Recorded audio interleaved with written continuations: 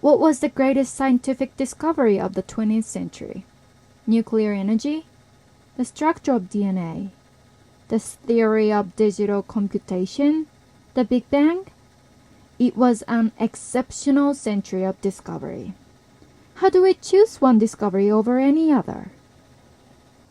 The physician Louis Thomas made a choice.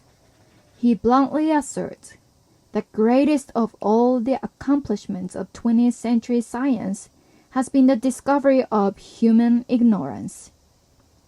The science writer Timothy Ferris agrees. Our ignorance, of course, has always been with us and always will be. What is new is our awareness of it, and it is this, more than anything else, that marks the coming of age of our species. It is an odd, unsettling thought that the greatest discovery of the last century should be the confirmation of our ignorance. How did such a thing come about? The discovery of our ignorance followed inevitably from discoveries of the vastness of the universe. I began my course in astronomy at Stanhill College, holding in my hands a 16-inch clear acrylic celestial globe spangled with stars. A smaller terrestrial globe is at the center, and a tiny yellow ball representing the sun circles between Earth and the sky. This tiny cosmos of concentric spheres was invented thousands of years ago to account for the apparent motions of sun, moon, and stars, and for the task it still works pretty well. When we thought we lived in such a universe, we could believe that a complete catalog of its contents was possible. The universe was proportioned to the human scale, created specifically for our home. Presumably, since it was made for us, the universe contained nothing beyond the understanding of the human mind. Then, in the winter of 1610, Galileo turned his newly crafted telescope to the Milky Way and saw stars in uncountable numbers. Stars that served no apparent purpose in the human scheme of things, since they could not be seen by human eyes. It was an ominous hint of the cascading discoveries to come. I and my astronomy course with the Hubble Space Telescope's deep field photograph, a tender exposure of a part of the dark night sky so tiny that it could be covered by the intersection of cross pins held at arm's length.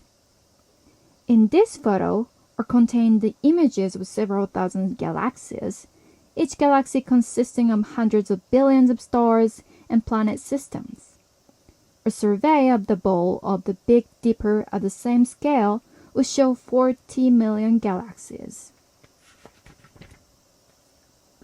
Galaxies as numerous as snowflakes in a storm, each with uncountable planets, strange geographies, perhaps life forms, intelligent beings.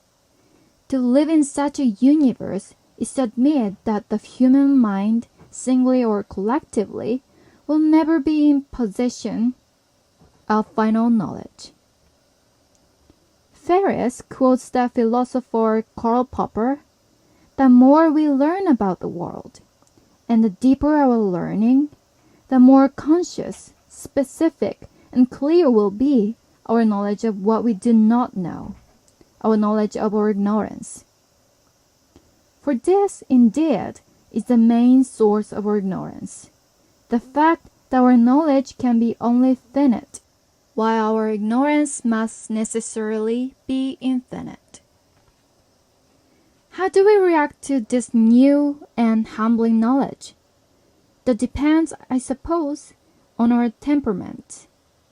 Some of us are frightened by the vast spaces of ignorance and seek refuge in the human-centered universe of the acrylic star globe. Others are inspired by the opportunities for further discovery, for the new vistas that will surely open before us. It is the latter frame of mind that drives science. The physicist Heinz Pagels wrote, "The capacity to tolerate complexity and welcome contradiction, not the need for simplicity and certainty, is the attribute of an explorer."